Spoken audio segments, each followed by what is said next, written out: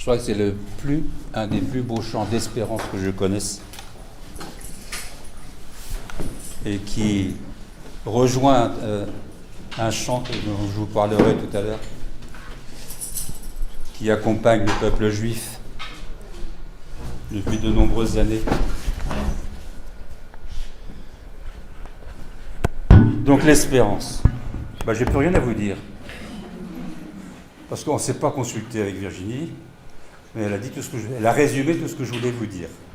Donc c'est bien. Toi, merci d'être venu. Moi je m'en vais, on va déjeuner. Vous êtes en connexion. Non, parce qu'il y a Pauline et Philippe qui vont nous parler tout à l'heure et qui vont nous raconter leur vie avec Jésus.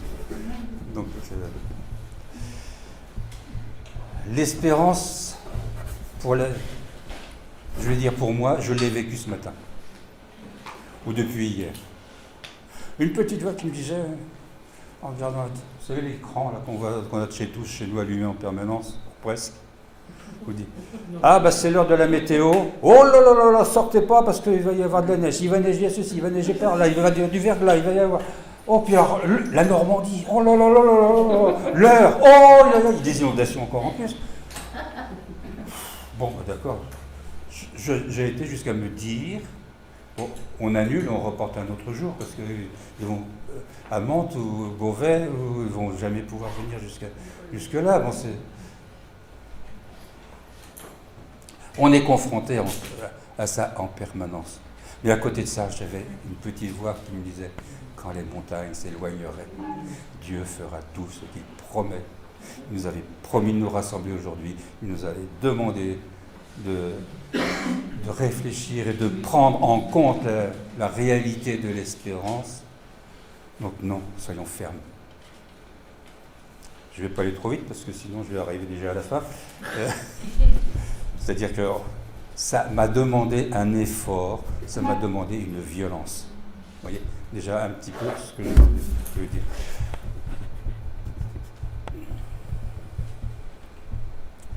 Vous savez, c'est très étonnant parce que depuis le mois de juin à peu près, j'ai dans le cœur que le Seigneur nous appelle, j'aime pas ce mot-là, mais parler de l'espérance. C'est pas parler, moi j'aime pas, on va pas parler de quelque chose. C'est intéressant de parler de l'autre, mais ça ne nous engage pas. C'est vivre l'espérance plutôt. Vous voyez ? Et à ce mot espérance, c'est relié tout de suite le mot violence. Seigneur, qu'est-ce que tu veux dire par là ? Tu veux qu'on parle, tu veux qu'on travaille, qu'on réfléchisse, qu'on mette en jeu l'espérance dans nos vies ? Puis en même temps, tu parles de violence. Avec Christine, en réfléchissant, je ne vois pas le rapport. Je vois pas pourquoi on va pas. Je vois pas la violence dans l'espérance. C'est pas la même chose. Ça va pas ensemble. Bien. Ça restait accroché. Violence, espérance. Et puis, en dernier lieu, comme Virginie nous en a parlé tout de suite, il y a un autre mot qui est apparu. C'est le mot espoir. Je dis, oui. Et puis, en réfléchissant, je me dis, au fait, l'espérance, qu'est-ce que c'est ? Je serais incapable de définir, de vous dire, qu'est-ce que c'est que l'espérance ? Je sais que j'espère en Dieu, etc. Bon, mais qu'est-ce qu'il y a derrière ce mot-là ? Qu'est-ce qu'il y a en réalité là-dedans ? Qu'est-ce que le Seigneur nous demande par là ? Je vous avouerai que personnellement, moi, j'ai pas la réponse. Et puis, en face, l'espoir. Qu'est-ce que c'est ? L'espoir, c'est pareil que l'espérance. Si t'espères. Mais d'abord, donnez-moi le verbe. Le mot espoir, quel est le verbe qui va avec le mot espoir ? Espérer. Et espérance. Alors, c'est pareil. Si vous espérez, c'est que vous avez de l'espoir. Et si vous avez de l'espoir, vous avez de l'espérance. Non, c'est pas pareil. Virginie vous a donné la clé, donc je reprendrai pas tout à l'heure, mais sans le savoir, elle nous a déjà donné la réponse. Bon, donc j'avais ça dans le cœur. Et puis, pour la reprise de septembre, Je suis tombé sur un message d'un prêtre orthodoxe qui disait ceci. C'est un prêtre orthodoxe qui était installé à côté de Dinan, vous voyez, breton de chez Breton. C'était un beau message avec des belles images de Bretagne, etc. C'était génial. Et le Seigneur lui a mis dans le cœur, tu reviendras dans ton pays et tu planteras des arbres. Ah! Et c'est une version, j'ai cherché dans la Bible pour retrouver le texte, c'est un texte de Jérémie, mais impossible de retrouver cette phrase en mot à mot dans la Bible que je possède, ou les Bibles que je possède. Et je pense que c'est une version orthodoxe de ce texte de Jérémie. Tu reviendras dans ton pays et tu planteras des arbres. Et je dis, ben oui, on reprend l'année, on redémarre là au mois de septembre, tu reviendras dans ton pays, nous retrouverons nos habitudes, nous retrouverons la fraternité, nous commençons à revivre ensemble. Puis le Seigneur nous demande de faire du ménage. Tu reviendras dans ton pays, il y avait une autre phrase, je crois, et tu réoccuperas ta maison. Hein? Ça nous a amené jusqu'à la Toussaint à réfléchir, à travailler un petit peu à travailler sur notre maison personnelle, notre vie avec le Seigneur, peut-être changer le décor pour retrouver une autre vie. Et c'est ce qu'on a fait, et après ça, après la Toussaint, le Seigneur me dit, maintenant il est temps d'avancer et de planter des arbres. Oui Seigneur, mais moi je veux bien, mais je ne suis pas pépiniériste. Je ne vais pas aller chercher des arbres et aussi que je les mette, et puis quoi, qu'est-ce que ça veut dire t'occupe, c'est mon affaire. Bon, d'accord. Et arrive le mois de novembre, et là ça s'emballe. Ça s'emballe, je tombe tout d'abord sur un premier texte. Ah oui, c'est ça que je n'ai pas dû vous dire, mais au mois de si, je vous l'ai dit, je suis bête. J'avais le mot espérance au mois de septembre, au printemps, et pour le Seigneur voulait ça pour nous cette année. Donc j'en avais parlé un petit peu à la frate, et puis donc j'avais ça dans le cœur, mais pour le moment ça ne se mettait pas en place. Le mois de novembre arrive. Début novembre, le 13 novembre, quelque chose comme ça, les évêques de France réunis à Lourdes publient une lettre pour annoncer aux catholiques, au monde, que l'année 2025 serait une année de jubilé où on fêterait les 25 ans, une étape de 25 ans passée dans l'Église. Est-ce que le pape demandait à ce que cette année de jubilé s'appelle Pèlerin d'Espérance? Oh! Le pape, il a pensé comme moi. Ah, il est sympa. Je suis bien content. Et il y avait donc une très belle lettre des évêques qui explique un petit peu ce que le pape attendait. Et voilà. Donc l'année 2025 est consacrée à l'espérance. Là, je commence à rejoindre un petit peu mes origines. Et d'accord. Puis peut-être 15 jours après, le dimanche matin, avec Christine, on aime bien suivre les émissions religieuses sur la 2, où il y a les orthodoxes, il y a les juifs, il y a les musulmans, les protestants, etc. Et puis, l'émission juive de ce jour-là, c'était l'interview de Rabin Corsia, qui est le grand rabbin de France, à Paris, et qui venait de sortir un livre qui s'appelait « Comme l'espérance est violente ». Hein? Qu'est-ce que t'as dit? Oui, « Comme l'espérance est violente ». Oh là là, alors là, j'ai tout lâché. Mais tant pis, j'ai pas fini mon bol de café, non, mon bol de thé. J'ai pas fini non plus mon pain. Et puis on s'est plongé dans ce que c'est, donc ce que racontait Corsia. Et c'était fort intéressant. Bien. Donc, vous voyez, le Seigneur nous traçait le chemin, montrait ce qu'il nous attendait de nous. que nous rentrions dans cette espérance et que nous la vivions au cœur.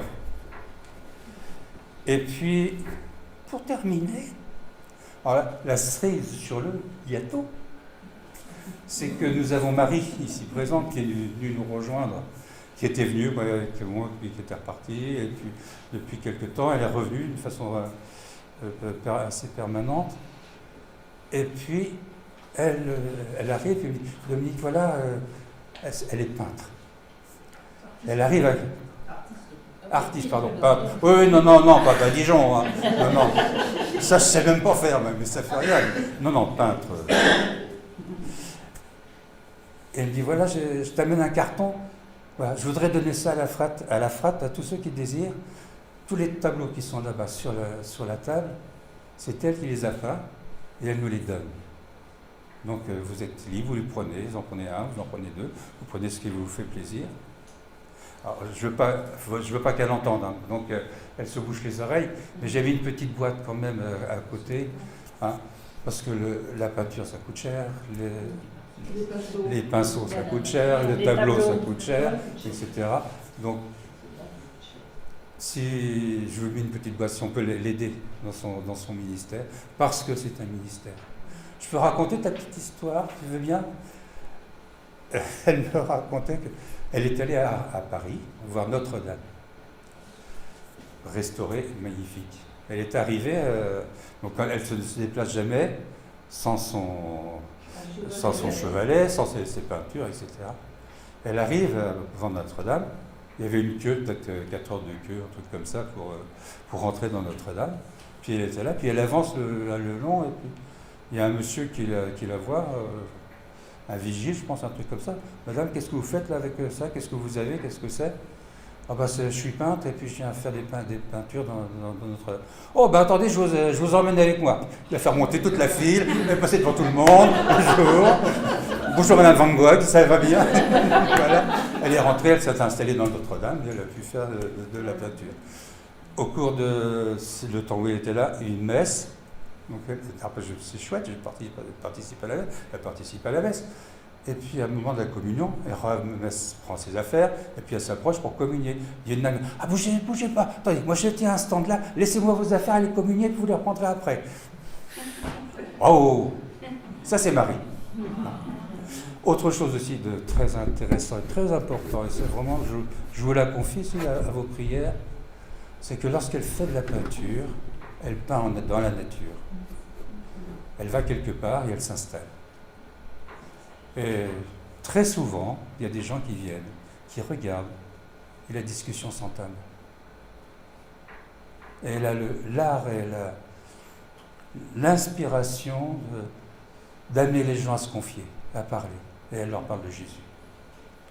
Donc vous voyez, Marie est peintre, mais elle a un ministère.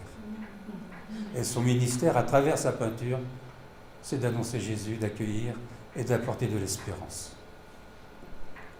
Alors voilà, donc je vous la confie, vous servirez, vous prenez tout ce que vous voulez dans les tableaux. Et puis, le clou du clou, c'est que moi, avec Christine, on a commencé par regarder un petit peu tout ce qu'il y avait dedans. Ils sont bien servis déjà. Voilà, on s'est déjà bien servi.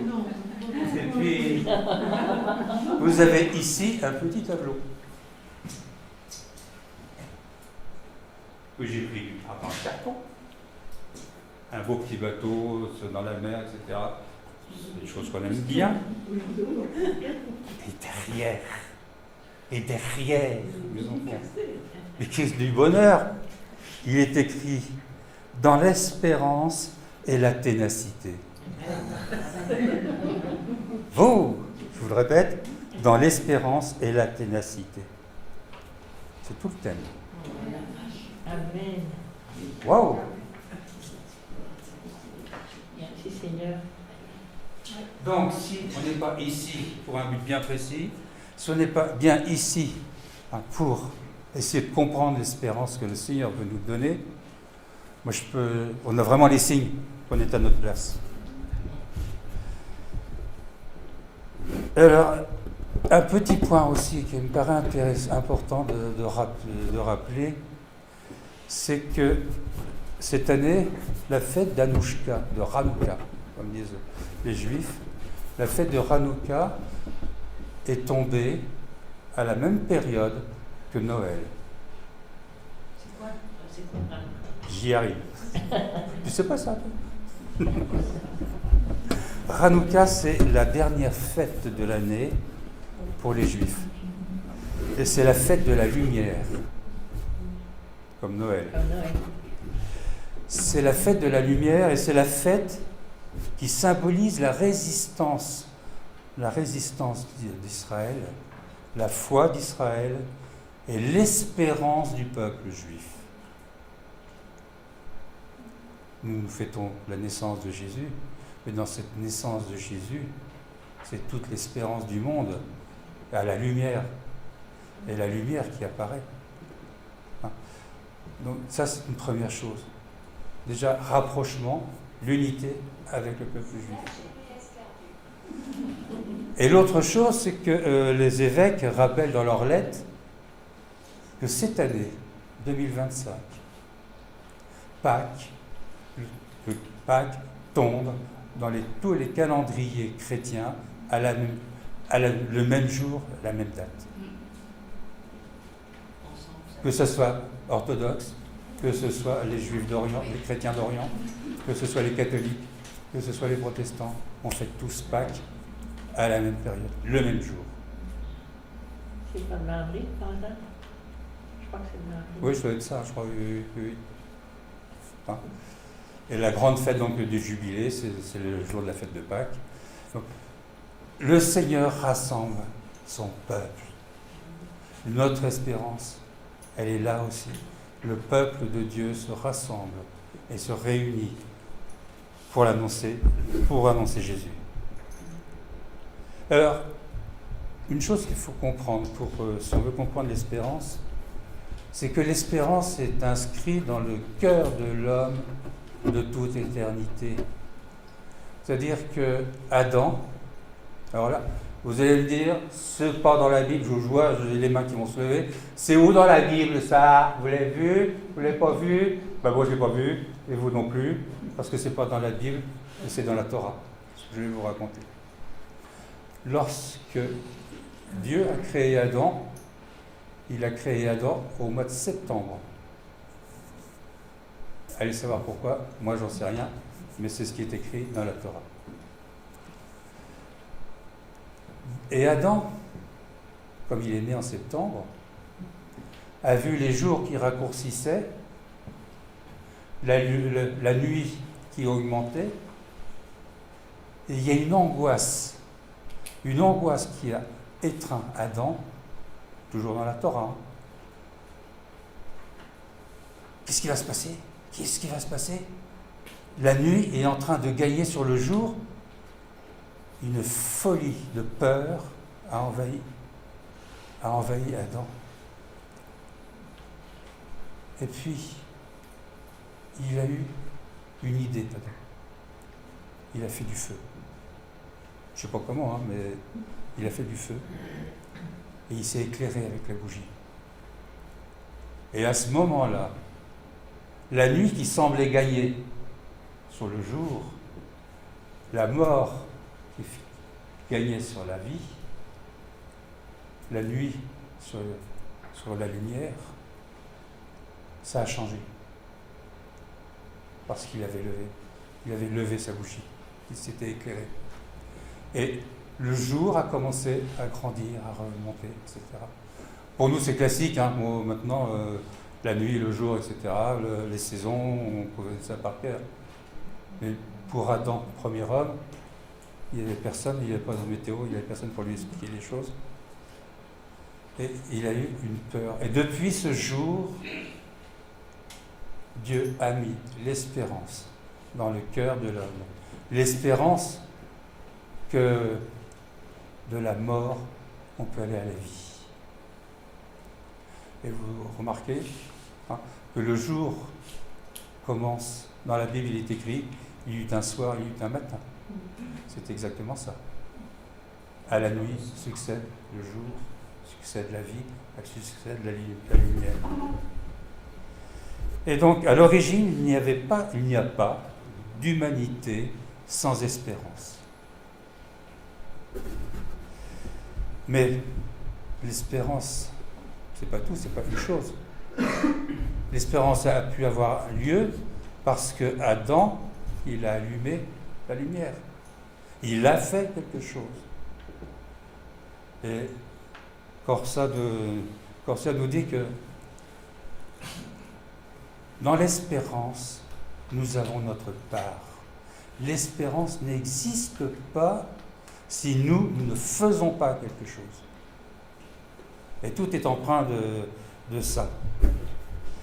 Et l'espérance ne consiste pas à voir les choses telles qu'elles sont. Et à ce moment-là, si on commence comme ça, on est foutu. Oh là là là là, mais regardez ça, il y a encore eu un mort, là, il y a encore un gamin qui s'est fait poignarder. Oh là là, et puis regardez ça, mais, regardez, avec Trump qui vient d'arriver au pouvoir aux États-Unis, mais, oh là là là là. Nous sommes assaillis en permanence par la désespérance. Donc, l'espérance ne consiste pas à voir les choses telles qu'elles sont telles qu'elles sont. Et si nous en restons là, on est foutus.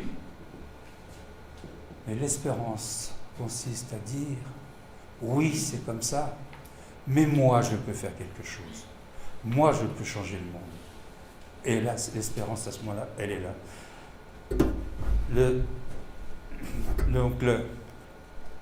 but, l'espérance ne consiste pas à voir le monde tel qu'il est, mais tel que je pourrais le voir devenir. Vous voyez la différence ? C'est-à-dire que je peux toujours intervenir pour que le monde change. Je peux toujours intervenir pour que les choses changent. Aujourd'hui, dans notre société, l'espérance est absente. Nous sommes spectateurs d'un monde sur lequel nous n'avons aucune prise. Nous sommes spectateurs d'un monde sur lequel nous n'avons aucune prise. Qu'est-ce que tu veux que je fasse, moi ? Je ne suis pas le président de la République, lui déjà il ne peut rien. Alors, c'est qu'on va. Alors, le but, c'est comment on peut s'en sortir ? C'est de voir le monde tel qu'il est, tout en sachant que je peux être capable, par mon action, de changer quelque chose dans ce monde. Donc quand je change quelque chose dans ce monde, je change le chemin où le monde doit arriver. Même si c'est simplement un petit caillou que je prends et je mets à côté. Ça peut empêcher quelqu'un de tomber, de se casser la jambe.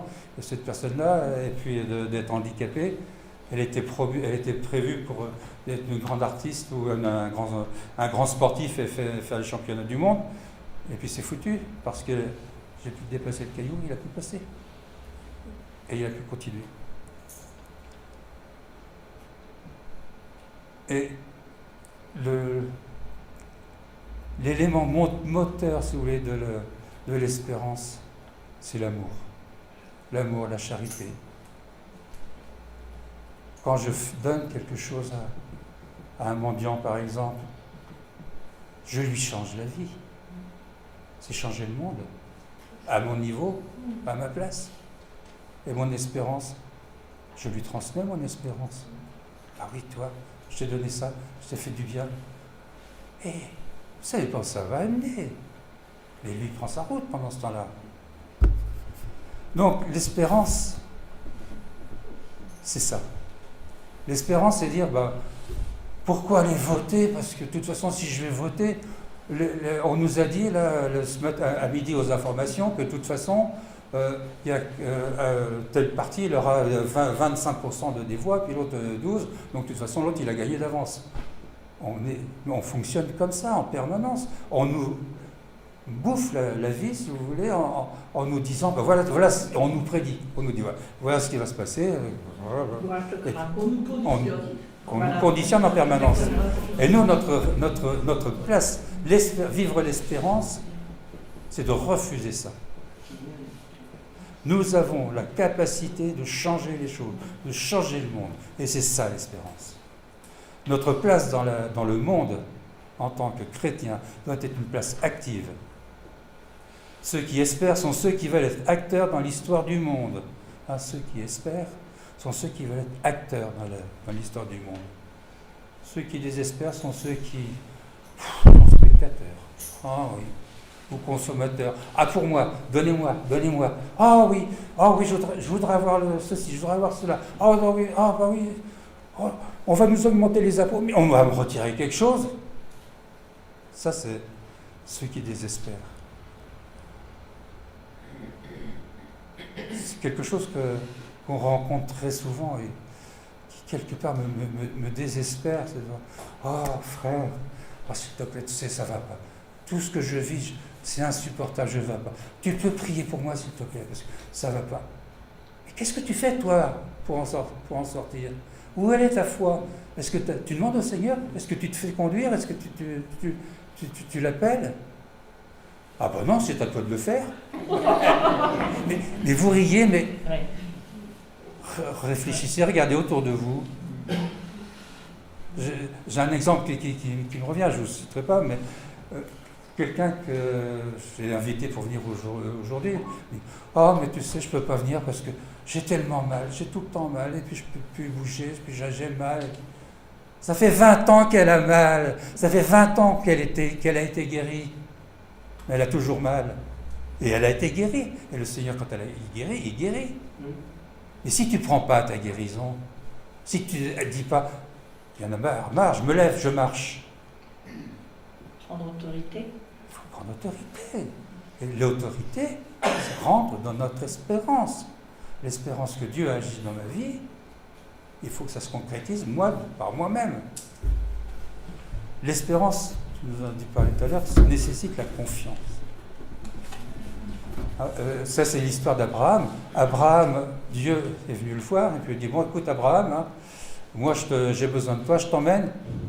Hein, eh bien, écoute, tu ramasses tes tentes, ton troupeau, etc.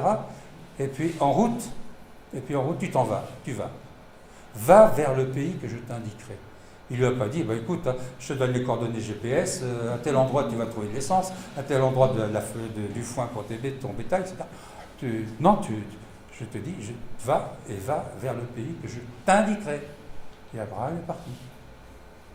Mais nous, c'est ce que nous vivons toujours. L'espérance, elle est là. L'espérance, le Seigneur m'a positionné à ceci.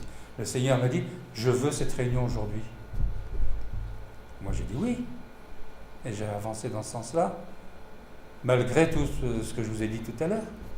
Et c'est ça, ce que nous avons à vivre en permanence. Tout nous dit c'est fini, mais nous savons qu'il y a un chemin. Je peux vous dire quelque chose? Oui. Aujourd'hui, il y a un saint qui s'appelle Saint Maroun. Il est entre la Syrie et le Liban. En fait, Saint Maroun aujourd'hui. Alors, il y a la réunion et il y a la fête de Saint Maroun. Amen.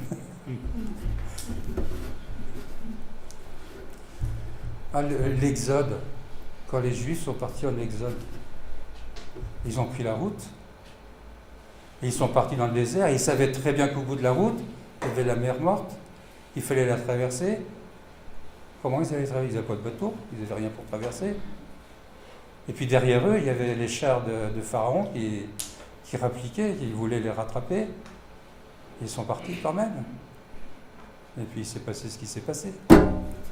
La vraie force de l'espérance, c'est de pouvoir dire avant que ça arrive, ça arrivera. Aujourd'hui, pour cette rencontre, c'est ce que j'ai dit, hein, ça arrivera.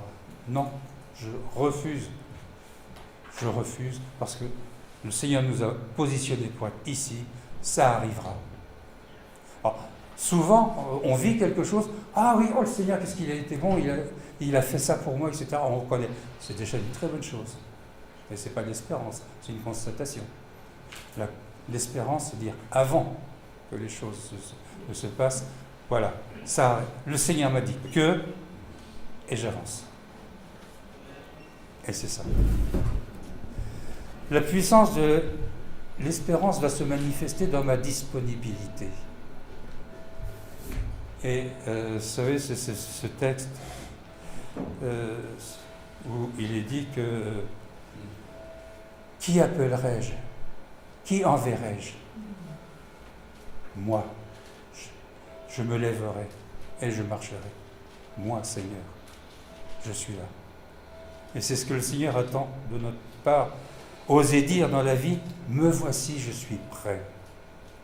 Seigneur, je suis prêt, me voici, et je veux marcher avec toi.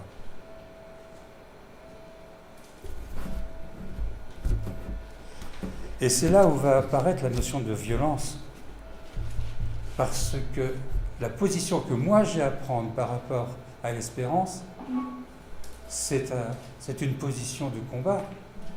Combat contre moi-même. Ce qui est plus facile de se dire « Ah oui, mais non, mais c'est pas possible, moi je peux pas, j'ai pas les moyens, j'ai pas la force, ça va pas pouvoir se faire. » Prends Marie-Odile. Marie-Odile, elle est capable de le faire, moi je peux pas. Et on est en permanence comme ça à se dire « non, c'est pas possible ». Mais il faut qu'on se fasse violence personnellement dans notre vie. Mais oui, bon, le Seigneur me veut, il m'envoie, c'est moi qui dois se lever, c'est pas un autre. Et ça, c'est la place c'est la place de chacun dans la vie aujourd'hui.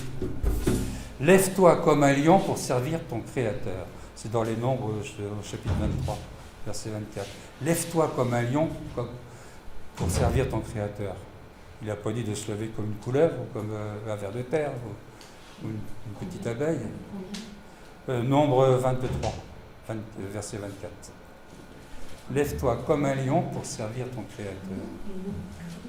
Avec toute l'idée de force que ça représente dans ce mot de se lever. Hein, toujours cette notion du combat. Oser l'espérance. Hein. L'espérance, c'est une conquête. Il faut oser faire quelque chose. Il y a une décision à prendre. Vous voulez jouer au loto, et puis vous dites « Seigneur, voilà, je veux jouer au loto, et je voudrais que tu me fasses gagner. » Le Seigneur, qu'est-ce qu'il nous dit? Commence par acheter un billet. Combien de fois nous faisons ça dans notre vie? Oh, qu'est-ce que j'aimerais jouer au foot comme Zidane, c'est bien, ça va être super, tout ce qu'il fait, etc. Mais on oublie les heures que Zidane il passe sur un terrain, les heures qu'il passe dans une salle de sport pour se muscler, pour se préparer, etc. C'est un travail colossal. Puis nous, on voudrait que ça nous tombe comme ça dans les bras. Je serais bien comme Zidane, ça c'est super. Seigneur, pourquoi je ne suis pas comme Zidane? Hein? C'est ça le texte qui enverrai-je et qui marchera pour moi, c'est dans Isaïe chapitre 6, le verset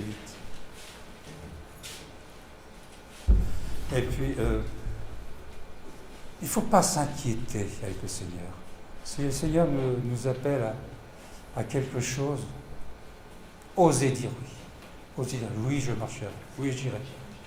Moïse, quand Dieu l'a appelé pour emmener le peuple d'Israël,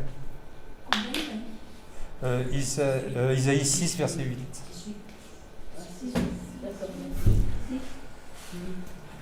Dieu va chercher Moïse. Il dit, écoute Moïse, voilà, j'ai besoin de toi, j'ai besoin que tu ailles chercher le peuple d'Israël pour l'emmener au pays de Canaan. Moïse dit, écoute Seigneur, moi je peux pas, regarde, je suis là, je suis tout seul, je suis tout petit, je pourrais jamais. Moïse, c'est toi que je veux. Dites-vous ça, que le Seigneur vous le dit à chacun. C'est toi que je veux. Ouais, mais je sais pas faire, c'est pas mon truc. J'y connais rien. La Bible, je la lis un petit peu, mais j'y connais rien. C'est toi que je veux. Et c'est ce que dit Dieu à Moïse. Mais Seigneur, je bégaye, je parle mal, je peux pas dire. Ça fait rien. Demande à ton frère Aaron, lui il parle bien, il a une grande gueule. Hein? Quand on a besoin de lui quelque part, c'est celui j'allais dire qu'il faut le bordel, mais c'est un peu ça. Aaron il est très bien pour ça. Prends-le avec toi. Le Seigneur ne nous empêche pas de nous faire aider, de demander à des frères et des sœurs de marcher avec nous. Si nous vivons la même espérance, le même chemin, ils sont là pour nous aider. Et à plusieurs, on est plus fort et ça marche mieux. Il ne nous a jamais interdit ça. Hein, c'est pareil dans le combat contre les Amalécites. Moïse, il est là, et puis il lève son bâton. Quand il a levé le bâton, Israël gagne, et quand il est fatigué, il tombe le bras, et bien Israël recule. C'est pas que le bâton a un pouvoir, mais c'est qu'en levant son bateau, Israël lève la tête vers le bâton et vers le Seigneur, vers Dieu. Et donc, hein, il y a Aaron et puis Our qui viennent, qui lui soutiennent les bras, et pendant tout le combat, Moïse a les bras levés et ils gagnent la guerre. On n'est pas seul. Mais il faut, nous, oser dire « me voici ». Là où le monde désespère, nous continuerons d'espérer. Je crois avec une foi absolue dans la venue du Messie, et même s'il tarde un peu, je l'attendrai. Ça rejoint le chant que nous avons chanté dans les montagnes tout à l'heure. Je crois avec une foi absolue dans la venue du Messie, et même s'il tarde un peu, je l'attendrai. C'est un chant juif, et c'est ce chant, il est en permanence à Auschwitz. Quand les gens viennent visiter, il y a une pièce à l'entrée où ce chant est là, et dit en permanence. Quand je crois avec une foi absolue dans la venue du Messie, et même s'il tarde un peu, je l'attendrai. Le plus grand miracle pour les Juifs, c'est le passage de la mer Rouge. Alors nous, on voit le départ du peuple d'Israël d'Égypte, tout Israël s'est rassemblé, etc., et tout le monde part.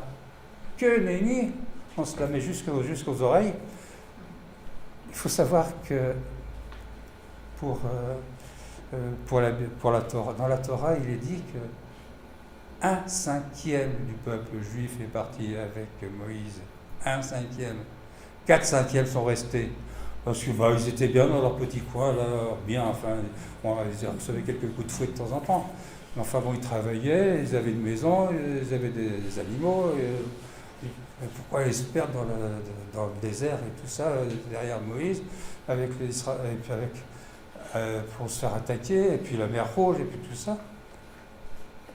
1/5. 1/5, on dit oui. 1/5 ils sont levés. Alors je crois que si nous pouvions être ce 5e, ça serait bien nous aussi. Donc là aussi, c'est un grand combat que nous menons contre nous-mêmes. Espérer nous demande d'avoir une confiance absolue en Dieu. Et notre combat, il est là. Garder cette confiance absolue en Dieu. Ne pas la refuser. Ne pas aller chercher les chemins de traverse. Ne pas lâcher prise. Il nous faut refuser encore le doute. Tous nos oui, mais, nos mots dubitatifs. Alors ça, qu'est-ce que j'adore ça. Oh, tu sais, le Seigneur, il va te faire quelque chose pour toi. Oh. Vous avez jamais vu des gens comme ça? Oh. Oh. Oui, on va prier pour toi. Ah, c'est gentil ça. Le Seigneur va faire, je suis sûr, le Seigneur va faire quelque chose pour toi. L'amour. Et regardez Jésus. Jésus, combien de fois, dans plusieurs textes, il est dit, en Marc 6 notamment, Jésus est étonné de voir leur incrédulité ou de voir leur peu de foi. Je suis là, je guéris, etc. Et puis en fin de compte, il ne croit pas, et puis il me renvoie, il nous jette. Alors, un moyen pour vivre l'espérance vit ensemble. Parce que c'est un combat, comme c'est un combat, plus on est nombreux, plus on est de fous, plus on gagne, et plus on rigole. N'est-ce pas, c'est ce qu'on dit? Ne pas rester seul. Ça permet de mieux comprendre ce qu'on nous dit dans l'Église. Ah oui, mais aux jeunes chrétiens, vous savez, surtout, venez parce que ne restez pas seuls. Parce que c'est vrai que lorsqu'on reste seul, on s'éloigne, on perd, on se fatigue, et on n'avance plus et on perd notre espérance. Alors, j'en arrive au dernier point que je voulais vous parler. C'est un petit peu ce que Virginie l'a abordé également. Espoir et espérance. Espoir et espérance, a priori, même verbe, synonyme. Non. L'espoir est humain et l'espérance est divin. L'espoir, c'est moi Seigneur, je te demande de prier de me sauver, de me guérir, etc. J'ai ma foi, mon Seigneur, je crois en lui et je lui demande. Seigneur, voilà, tu sais, j'ai vu passer une Ferrari rouge avec des pneus comme ça. Seigneur, je te demande, arrange-toi pour que j'aie cette voiture. Il exagère, Seigneur, ça fait 2 mois que je lui demande la même chose, je lui demande la Ferrari, et puis je ne l'ai toujours pas. Il se fiche de moi, puis de toute façon, je crois plus en Dieu, parce que de toute façon, je lui demande quelque chose, il ne le fait pas. C'est mon espoir. Non, mais je rigole, je fais quelque chose de large comme ça pour vous dire ça, mais l'espoir, c'est mon projet, c'est ce que... Mais est-ce que c'est le projet de Dieu? Là, il y a la question. Est-ce que c'est le projet de Dieu? Je ne sais pas. Si mon projet, ce que je demande à Dieu, ne le souhaite pas, peut-être parce que je ne me rends pas compte, que lui m'a donné autre chose que j'attendais.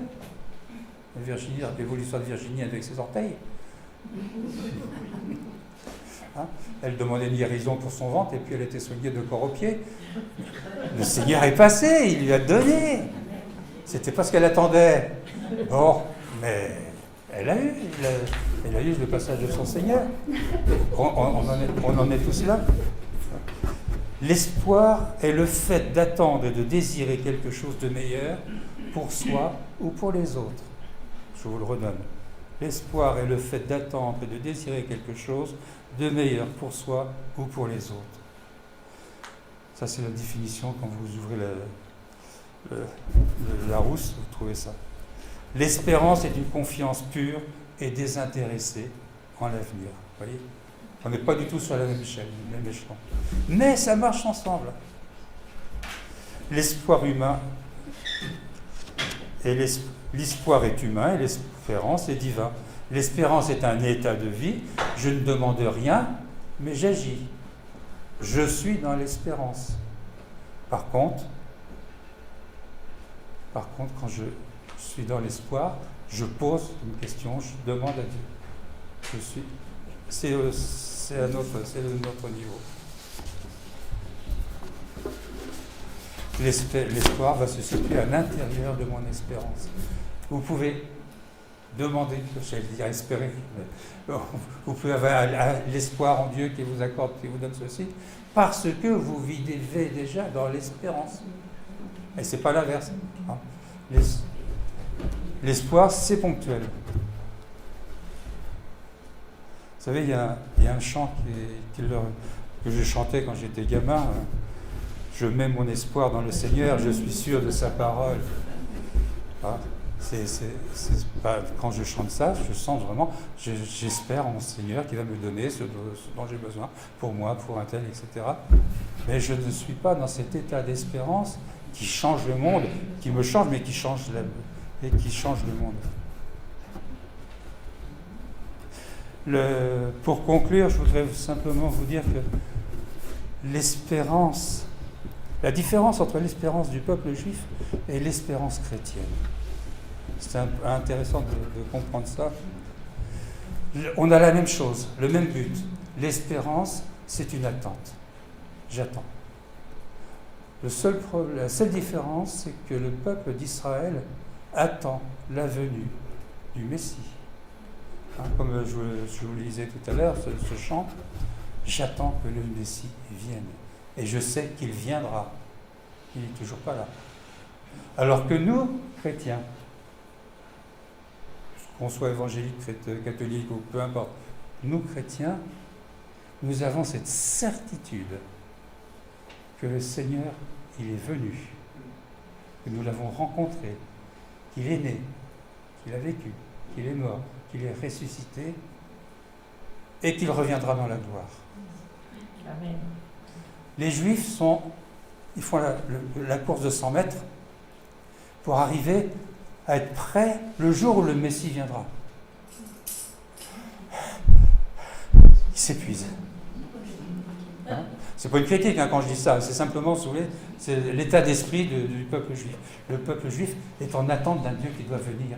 Et ils font tout ce qu'ils peuvent, tout le mieux possible pour vivre ça. Nous sommes des petits vénards, Nous sommes dans notre transat et nous attendons qu'ils reviennent. Et j'ai compris un mot. Un mot. Vous savez, quand Jésus est sur la croix, qu'il va mourir, juste avant de mourir, il dit cette phrase, « Tout est accompli ». Je dis, bah oui, là, tout est accompli. J'ai entendu des études là-dessus. Tout est accompli parce que, bah oui, il a vécu quand toute la Bible, tout ça est accompli par Jésus et tout ce qui avait été annoncé, etc. C'est accompli. Ça peut être ça. Mais tout est accompli, c'est-à-dire que Jésus a tout réalisé. Et que nous n'avons rien à rajouter dans notre vie. Rien à rajouter. Notre espérance, elle est là. Moi, je n'ai rien à rajouter à ce que le Seigneur a fait. Et je l'attends. Et mon attente, elle peut durer l'éternité, c'est pas gênant. Il est venu, il est là. Il est là. Il vit avec moi, il est là, présent. Je suis déjà dans l'éternité, je suis déjà avec lui. Je veux dire que son retour en gloire dans le monde, c'est la cerise sur le gâteau. Mais aujourd'hui, je suis là. Et je participe avec lui à la vie du monde, à ce que son nom soit connu et que son amour soit reçu. Vous voyez la différence entre les deux.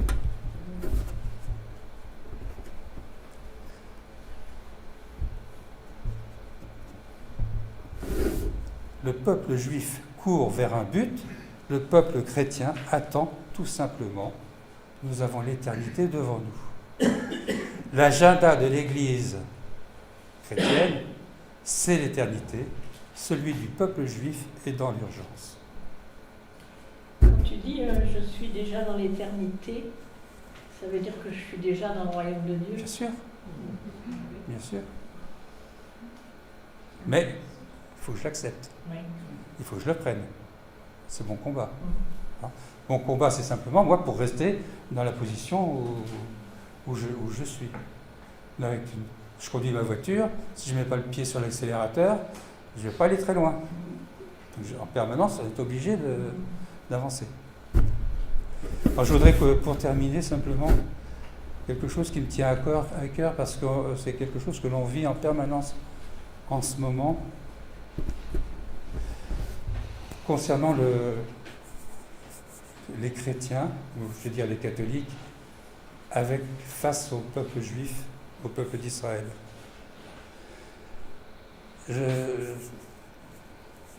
Pie XII, je remonte loin, je remonte à la guerre. Pie XII a été beaucoup critiqué, on en parle beaucoup comme quelqu'un qui a été pro-Hitler, pro-Mussolini. Ils ont eu une action pendant la guerre, l'Église a eu une action pas terrible, etc. Il faut savoir,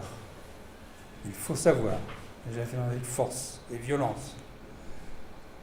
Pie XII, pendant la guerre, ça a été le plus grand espion du monde. Parce que l'Église catholique est répandue à travers le monde.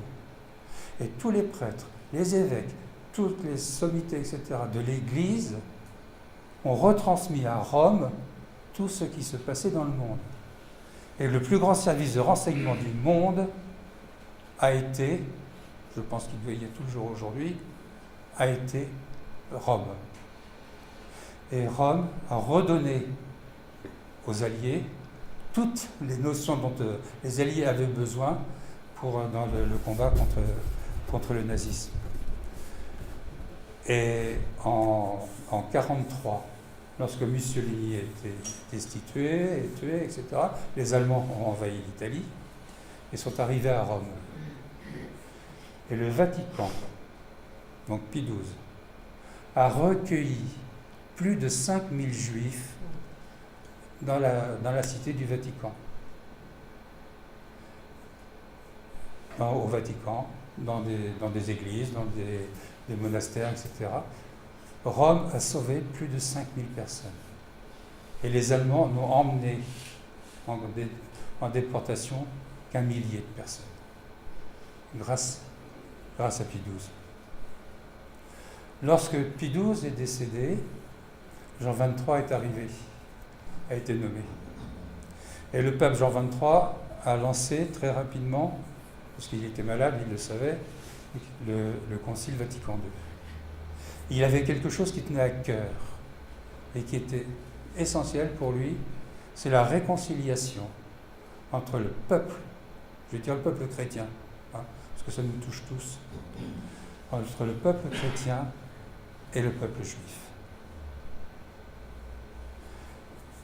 Il a rencontré, au début de son pontificat, il a rencontré un juif, Jules Isaac,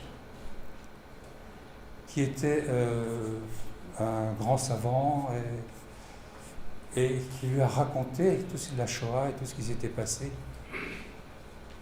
Et pour Jean XXIII, ça a été le moteur, ce qu'il lui a raconté, c'était le moteur de Vatican II. C'est pas possible. L'Église catholique ne peut pas rester comme cela face au peuple juif.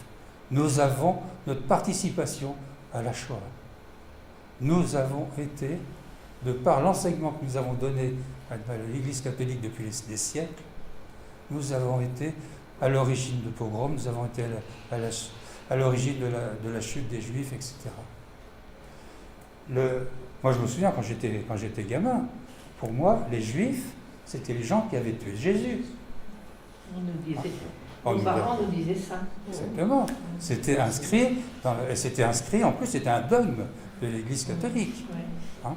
Et dans la nuit, le vendredi saint, il y avait un texte que Jean XXIII a supprimé, où justement il parlait que les Juifs étaient des déicides. Je n'ai pas ce texte-là, mais c'était écrit. Il l'a fait retirer avec Vatican II. Et donc il a fait voter, enfin il n'a pas fait voter, c'est pas lui qui l'a fait voter parce qu'il est mort avant. Mais au deuxième, c'est Paul VI qui a repris les choses après. Et il y a eu tout un texte qui a été écrit dans le concile.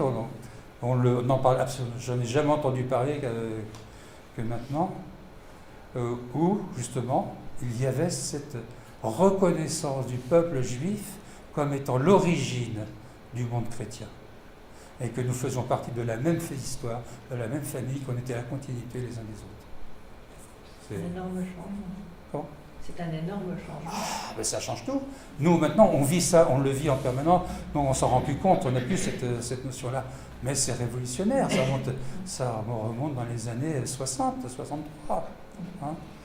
Et Paul VI a rencontré Golda Meir, qui est venu le voir à Rome, et où ils ont échangé. Et c'est là justement où ils ont parlé de ce que je vous disais, que cette attente qu'avaient les Juifs et cette attente qu'avaient les chrétiens, qui n'était pas la même, ils ont eu beaucoup de mal à s'accorder à cause de ça. Voilà. Je voulais terminer par ça, vous faire entendre ça, parce que ça me paraît important en ce moment où tout ce que nous vivons contre les Juifs, etc. Attention, parce que les Juifs, c'est plus ce qu'on a voulu nous faire croire. Ça va dans le sens bergerie. Je vais donner la parole à Philippe.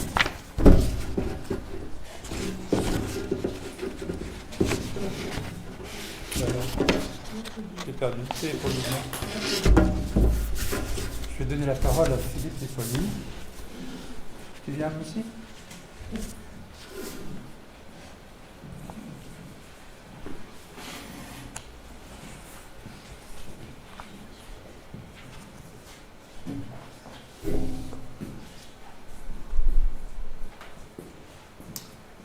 Bonjour à tous. Bonjour. Comme a dit les je m'appelle Philippe. C'est la première fois que je viens ici.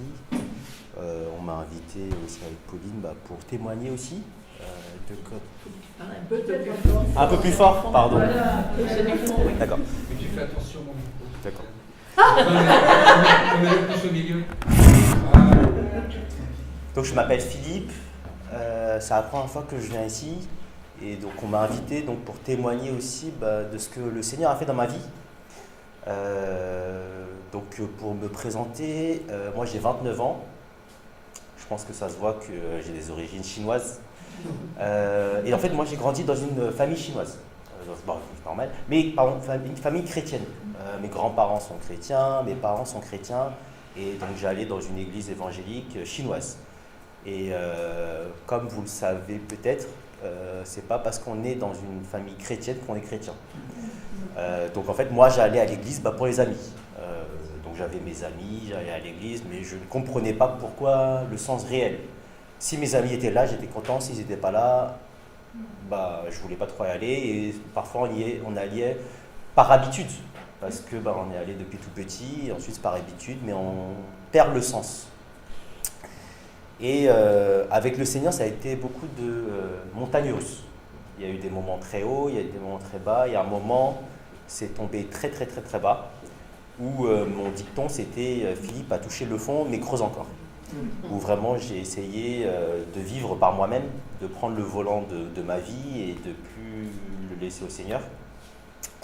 Et donc je conduisais ma vie, mais j'avais en fait ce vide au fond de moi que j'arrivais pas à combler. Et donc j'ai enchaîné des relations, je regardais, j'étais vraiment dans le monde et je faisais ma vie comme certains le font.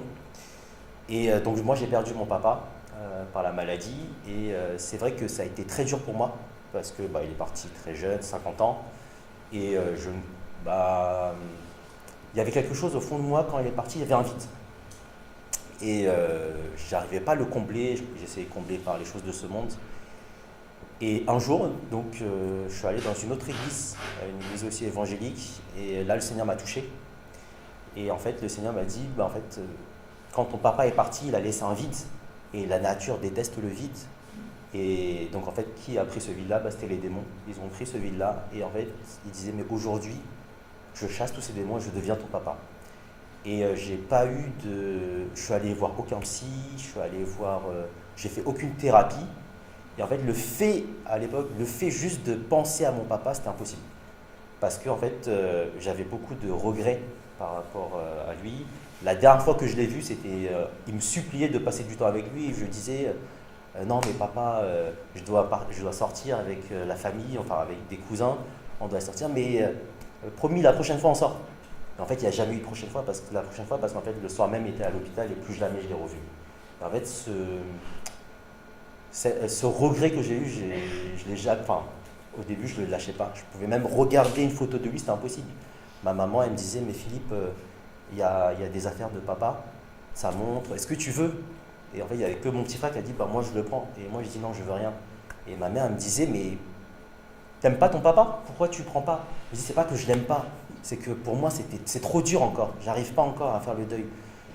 Et je ne sais pas si vous connaissez la courbe du deuil. Il y a la colère, et ensuite l'acceptation à la fin, mais il y a le déni. Mais moi, je suis passé du déni à l'acceptation grâce au Seigneur.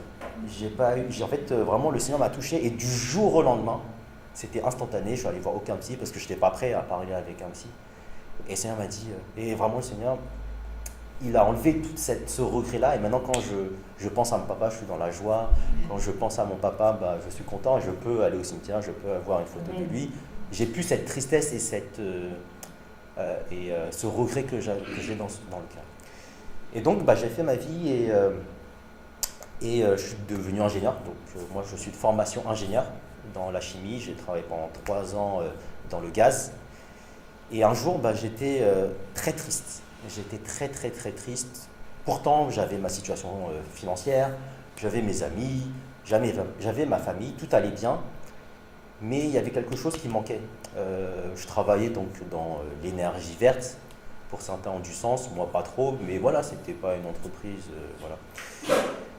Et même les collègues sont venus me voir en disant, mais Philippe, qu'est-ce que t'as? T'es pas comme d'habitude. Normalement, tu es tout joyeux, tu mets l'ambiance au travail. Et là, on ne comprend pas. Et je disais, mais même moi, je ne comprends pas pourquoi je suis mal. Et un jour, je suis dans mon lit et je dis, mais en fait, Seigneur, pourquoi je suis mal? Je ne comprends pas, j'ai tout, mais pourquoi je suis mal? Et là, je ferme les yeux et j'ai la vision, en fait, le ciel s'ouvre et il me dit, ton projet, ton projet, ton projet. Et en fait, là, je me souviens qu'il y a très très longtemps, je voulais travailler dans des orphelinats. Et là, je me suis souvenu de ça et je me dis, en fait, c'est ça le projet que tu veux, Seigneur? Et je l'entends et je me dis, oui, c'est ton projet et je vais t'ouvrir les portes. Et là, vraiment, en une fraction de seconde encore, la joie. J'avais la joie, j'avais ce sourire-là. Je me suis dit, ok, c'est ça que je veux faire. Et donc, au fond de moi, j'avais cet appel de missionnaire et aller dans des pays et travailler avec les enfants. Et au début, je me suis dit, je ne peux pas venir dans un pays en disant, je travaille avec les enfants, mais je n'ai pas de formation, je n'ai pas d'enfants, mais... Et je suis allé sur Internet et j'ai cherché formation petite enfance. Et tout ce que j'ai trouvé, c'est un CAP, j'avais CAP, et donc j'ai démissionné de l'ingénierie. Ça n'a été pas facile parce que on perd le statut, on perd la situation financière. Et dans ma famille, chez les Chinois, les critères de succès, c'est avoir une voiture, une belle voiture, avoir une maison, avoir une famille, des enfants, et vraiment c'est terminé. Vraiment, votre vie, elle est terminée, vous avez tout, c'est terminé. Ma cousine, elle a tout ça, et pourtant elle a encore des problèmes de couple, mais on lui dit, mais pourquoi tu te plains, t'as tout. Mais pour eux, c'est la vie, elle est terminée. Et en fait, de l'apparence, on voit que tout va bien, donc ta vie est terminée. Mais moi, je sais que de base, je voulais pas. Pour moi, c'était pas ces critères de succès qui m'ont apporté. Il y avait quelque chose de plus. Et donc, j'ai quitté mon travail et j'ai fait ma formation. Donc, ça fait plus d'un an, bientôt un an que je fais ma formation. Je travaille avec les enfants. Et vraiment, je peux vous dire que en tant qu'ingénieur, j'avais des primes, j'avais l'argent qui rentrait. Et c'est vrai que sur le moment, on est content d'avoir cet argent. On dit waouh, voilà, on a une prime. Mais en fait, le fait de le dépenser, on a pu, et ensuite, c'est terminé. Alors que là, j'ai pas de salaire, ça fait plus d'un an que j'ai pas de salaire, mais la joie de quand je travaille en crèche ou en école maternelle, de voir les enfants qui lèvent les bras et qui courent vers vous, et ou soit vous donnent des cadeaux en écrivant. J'ai toujours sur moi un petit papier écrit je t'aime, c'était une petite fille qui a dit ça. Mais en fait, ça vaut aucun prix, ça vaut rien. Il y a tout le prix tout de l'or du monde, ça ne vaut pas ça. J'ai oublié toutes les primes que j'ai eues, mais j'oublierai jamais en fait la joie des enfants. Et donc j'ai passé des formations de missionnaire, j'ai passé quelques formations, j'ai rencontré, le Seigneur m'a donné aussi énormément de connexions divines avec d'autres personnes qui sont dans la mission, qui sont missionnaires. Et j'ai fait, mais en fait c'est ça le cœur que j'ai avec le Seigneur, c'est de partir. Je veux laisser toutes les richesses de ce monde. Je sais que, comme j'ai vécu, en tant qu'ingénieur, je sais que l'argent, ça ne fait pas le bonheur. Sur le moment, c'est bien, mais en fait, moi, je perdais le sens de la vie en disant, mais ça ne me montre pas en fait que je suis comblé. Ça ne me comble pas en fait le bonheur, la joie que j'ai. Et vraiment, le fait de suivre le Seigneur, de suivre son plan pour moi, je me dis, waouh, je veux travailler avec toi, Seigneur. Je ne sais pas où je vais aller, je ne sais pas comment je vais y arriver, mais je sais que tu es là parce que tu m'as promis que tu m'ouvrais les portes, toutes les portes. Et vraiment, je vois les stages que j'ai, les formations que j'ai, les tuteurs que j'ai, les finances aussi, parce que merci Seigneur, pendant 3 ans, j'ai pu économiser. En fait, là, j'utilise toutes mes économies pour cette année où je n'ai pas de travail, mais je ne manque de rien. Je ne manque de rien. Je sais que, comme dans la parole, il dit, mais regarde les oiseaux, regarde la robe, regarde les fleurs. En fait, je regarde comment elles sont belles. Même Salomon n'avait pas des choses aussi belles. Je prends soin de tous ces animaux. Alors, comme moi, je t'aime énormément, même plus que comment je ne pourrais pas prendre soin de toi. Et en fait, c'est ça que je me dis, c'est que moi, la foi, je ne pourrais pas la vivre en ayant un salaire qui tombe tous les mois, un gros salaire, en ayant le frigo rempli tous les jours. Parce que je sais, et d'autres, c'est différent, mais moi, je sais que ma foi, c'est pas ça. Ma foi, je sais que je veux être auprès de personnes qui sont démunies parce qu'ils n'ont pas aussi cette grâce de pouvoir se nourrir tous les jours. Mais on voit, ils ont le sens du partage. Je ne sais pas si vous avez vu des gens qui n'ont rien, mais pourtant ils partagent énormément. Et je fais waouh! Et donc j'ai regardé aussi beaucoup, je me suis informé beaucoup sur la mission. Et je ne sais pas si vous connaissez George Muller. Oui. Et donc c'était un missionnaire britannique. Et en fait, c'était dans les années 1700 et c'est lui, il a ouvert des orphelins en Angleterre. Et un jour, George Muller est dans son bureau et sa secrétaire monte et dit, George, on a un problème à la cantine. Il y a, je crois, 100 ou 50 enfants. ils n'ont pas à manger, qu'est-ce qu'on fait? Et Georges, et c'est ça en fait sa foi qu'il avait, il a dit, t'inquiète pas, on va juste prier. Donc il descend, il y a tous les enfants à la cantine parce qu'ils doivent aller à l'école, et il dit aux enfants de se lever. Et il a dit, bon bah on va prier. Et quand j'ai lu ça, moi au fond de moi j'ai rigolé parce qu'il disait, merci Seigneur pour la nourriture que tu as mis dans notre assiette. Mais je me dis, mais en tant qu'enfant, tu te lèves et tu vois ton assiette, il n'y a rien. Et tu remercies le Seigneur parce qu'il n'y a rien, c'est bizarre.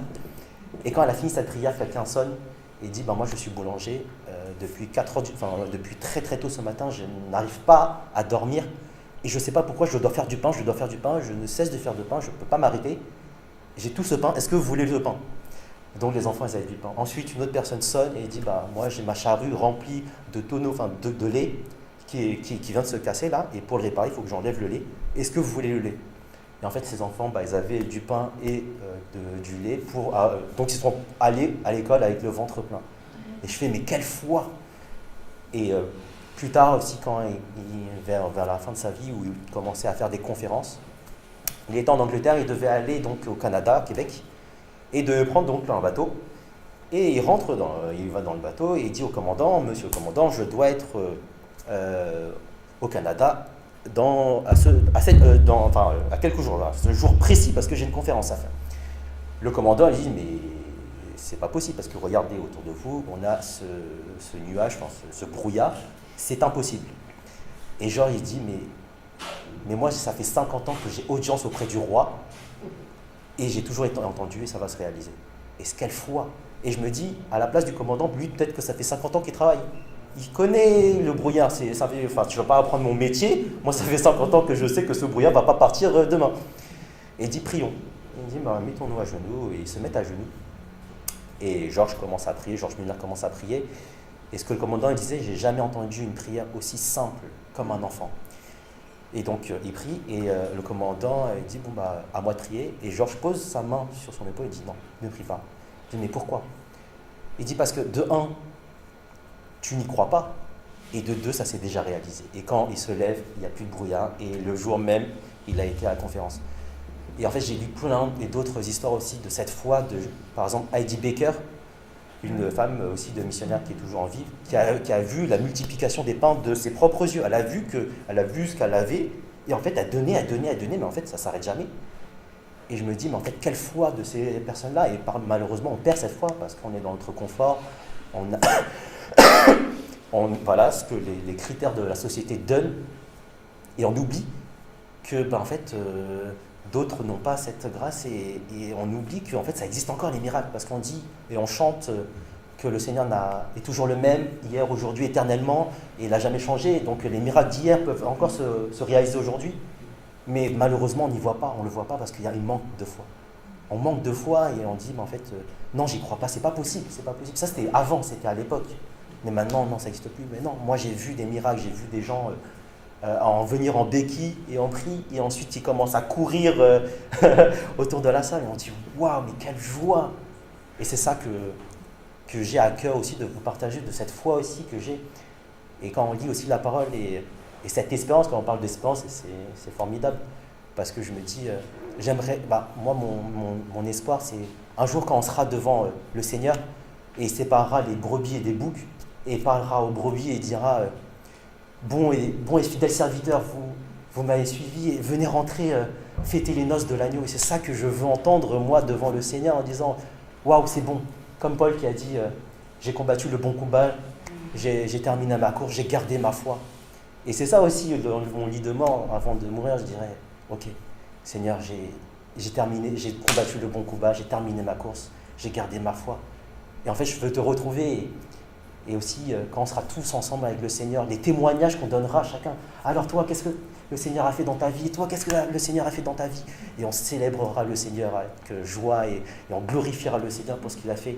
Et même si là, aujourd'hui, dans ce monde, on traverse des tribulations, des persécutions, mais le Seigneur, quand il était là, il a été persécuté, il a été même jusqu'à la mort. Et il nous demande d'être disciples, mais si nous, on n'a pas de persécution dans notre vie, on n'a pas de tribulation, peut-être qu'il y a quelque chose qui ne va pas dans notre vie, et peut-être qu'on n'a pas encore porté cette croix, qui nous demande de porter chaque jour cette croix. Et c'est vrai qu'aussi un orateur, il disait, et ça m'a beaucoup frappé, où quand on lit la Bible, tout ce que le Seigneur a subi, on se dit, mais en fait, il aurait pu mourir, mais tellement plus tôt. En fait, il aurait pu mourir. Tout ce qu'il n'a pas mangé, juste après son arrestation, il n'a pas mangé. Hein. La Bible ne dit pas qu'il a mangé. Et en fait, tout ce qu'on on l'a craché dessus, on l'a frappé. En fait, il aurait pu mourir très tôt. Mais en fait, je me dis, mais en fait, le Seigneur, j'avais vraiment se dire, mais en fait, je pense vraiment qu'il a dit qu'il faut que je tienne pour tous mes enfants. Je dois tenir. Même si c'est dur, je dois tenir. Pour toi, je dois tenir. Parce que je vous aime. Et je vais tenir jusqu'au bout. Et c'est comme nous aussi, même si aujourd'hui, c'est dur, même si c'est vrai que c'est dur pour moi aussi, parce que les premières personnes qui me persécutent, c'est la famille. Mais je me dis, il faut que je tienne. Il faut que je tienne, il faut que je garde la foi. Et même si c'est pas facile, bien évidemment, c'est pas facile. Le Seigneur nous dit, on n'aura pas une vie facile. Mais il sera toujours avec nous. Il l'a promis. Et aucune de ses paroles ne revient vers lui sans avoir accompli sa volonté. Et je me dis, mais waouh, Seigneur, j'ai tellement hâte. Et c'est vrai que une de mes peurs, c'était aussi de ne jamais rencontrer une personne pour suivre, parce que j'avais à cœur ce cœur de missionnaire. Et je me suis dit, dans mon cœur, je dis, mais j'aimerais tellement aussi prendre soin de ces orphelins, mais je ne pourrais jamais, je pourrais jamais remplacer une mère. Je ne pourrais jamais remplacer cette figure maternelle. Et j'ai besoin, Seigneur, d'une personne qui a ce discernement, qui te connaît et qui t'aime et qui veut aussi avoir ce cœur pour toi, Seigneur.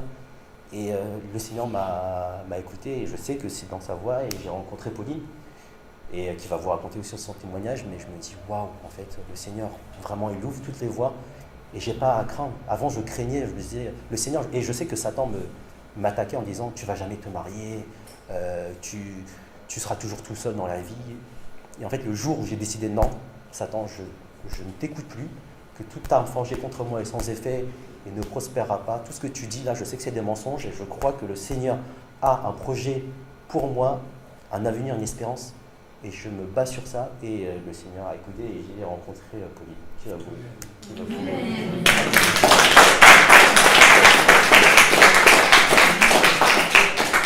Bonjour à tous. Bon, j'ai pas le même talent d'orateur, hein, je suis désolée par avance.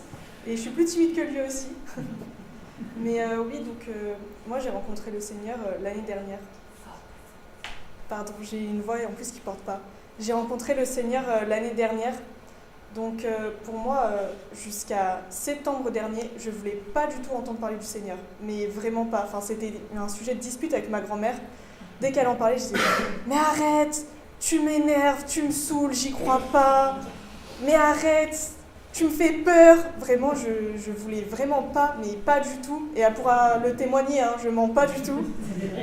Et j'ai une amie donc, qui sort avec un Chinois et qui va dans l'église, dans une église chinoise, qui m'a invitée, parce que c'est une ancienne musulmane, pour se faire baptiser. Et j'ai dit à ma grand-mère, je ne sais pas si je devrais y aller, mais j'y vais parce que elle n'a pas de famille. Et la seule personne vers qui elle s'est tournée, c'est moi. Donc je vais y aller en tant que sœur pour elle. Et donc j'y suis allée et ma grand-mère à chaque fois me disait, quand tu vas rentrer dans l'église, tu seras touchée. Et moi je lui dis, mais qu'est-ce qu'elle me raconte? N'importe quoi. Et elle continuait, mais si quand tu vas arriver, tu seras touchée. Non, moi j'y crois pas. Vas-y, vas-y, vas-y. Je suis rentrée. Elle a raison, j'ai été touchée. Touchée directement. En fait, je me posais beaucoup de questions. Faut savoir que j'ai pas eu une vie facile. Je suis pas née dans une famille riche, je suis pas née dans une famille qui était forcément très saine. Et pourtant, j'ai pas fait de bêtises en soi. Mais je rejetais Dieu parce que je me disais, pourquoi j'ai cette vie-là alors que je ne fais rien de mal?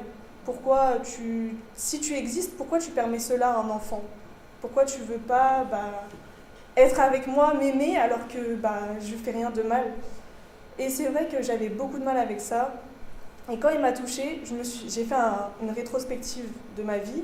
Et ça va faire 1 an. Il y a 1 an, j'étais dans une église en Italie, parce qu'il faut savoir que même si je ne croyais pas au Seigneur, elle peut aussi en témoigner, j'allais tout le temps dans les églises, depuis petite. Dès qu'il y a une ville, on s'arrête, on va dans l'église. tu pries pas? Non, je veux juste être dans l'église depuis petite.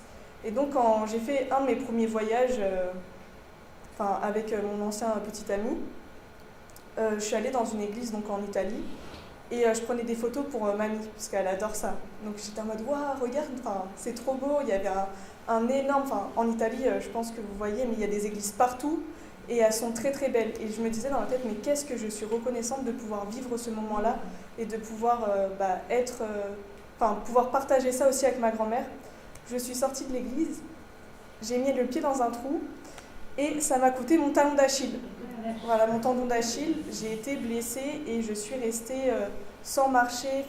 J'ai dû retourner chez ma mère, j'ai été en béquille, j'ai presque pas eu de salaire. Mon ancien petit ami m'a quittée. Voilà, on va dire que mon année 2024 a commencé en mai. Voilà. Mais quelle joie, parce qu'en fait, j'étais une personne très très stressée. J'étais vraiment toujours à 100 à l'heure un peu partout et je profitais jamais de rien. Et j'étais dans un état même physique, vous pouvez me rajouter au moins 15 kilos, presque plus de cheveux. Donc ce pied blessé. Et en fait, avec le recul, je me dis, en fait, le Seigneur m'a arrêtée. Il était temps que je le rencontre. Il m'a arrêtée et il m'a dit, bon, tu as le choix. Soit tu poursuis ta vie, comme tu le fais actuellement, et tu vois que finalement, ça mène à rien. Soit tu m'écoutes et tu reviens à moi. Je ne l'ai pas compris tout de suite, parce que pour moi, le Seigneur n'existait pas. Donc je ne l'ai pas compris tout de suite. Mais quand j'ai été touchée, c'est la première chose qui est venue dans ma tête. C'était, donc c'était ça, le message fort. Il m'a arrêté, il m'a stoppé, il m'a dit, maintenant, soit tu décides d'être mon enfant, soit tu continues, mais tu vas te perdre. Et tu étais déjà perdu. Et donc, une semaine après, j'ai acheté une Bible. Et avec mamie, on a quelque chose, on fait toujours ça. Quand il y a quelque chose qui nous touche et qu'on n'arrive pas à mettre des mots, on n'arrive pas à s'exprimer, on écrit. Et donc, quand je suis sortie de l'église, donc du baptême de mon ami, je me suis retrouvée pendant 2 heures seule. Et en fait, j'ai fait que d'écrire. Écrire tout ce que je ressentais, tout ce que j'avais vécu. Et le soir, j'ai rêvé de l'église. Et c'était la première fois pour moi, parce que je me suis dit, mais jamais de la vie, je vais aller dans une église. Je voulais même pas rentrer dans une église, c'était rentrer dans un culte, je veux dire. Et ça me tournait en tête. J'ai appelé mamie. Une semaine après, j'ai acheté une Bible. Je suis venue là quelques semaines après et j'étais encore perdue. Je me disais, mais est-ce que c'est Dieu qui m'appelle? Qu'est-ce qui se passe? Je comprenais moi-même pas mes émotions. Je me disais, mais pourquoi? Qu'est-ce qui s'est passé? Comment j'ai pu changer de mentalité en si peu de temps? Et me dire, si, il y a un Dieu qui existe, alors que une semaine avant, je l'ai rejeté complètement et on se disputait avec ma grand-mère pour ça. Et c'est vrai que c'était vraiment compliqué pour moi et je savais pas du tout. Et en fait, j'ai été accompagnée parce que du coup, je suis restée dans l'église chinoise. Vous allez voir, ça a une importance capitale pour la suite. Non, ça n'a pas une importance capitale, mais c'est comme ça que Dieu m'a guidée. Et donc, j'ai écouté la louange chez moi et l'église est à Paris. Il faut savoir que la moitié du temps, je suis à Paris, l'autre moitié, je suis à Évreux, parce que je suis étudiante. Et je me lève tous les matins, tous les dimanches matins, pour aller à l'église. Donc je me lève à 7h le dimanche pour aller dans cette église-là, parce que j'ai senti l'appel de Dieu dans cette église-là. Et je me dis, mais Pauline, si tu n'as pas la foi, pourquoi tu te lèves? Parce que c'est pas pour tes amis. Mes amis, mon ami, je la verrai plus tard. C'est pas important. Pourquoi tu te lèves chaque dimanche? Tu dépenses de l'argent, tu te lèves, tu prends tout ton dimanche. Pourquoi, à ton avis? Et c'est vrai que ça a commencé à percuter.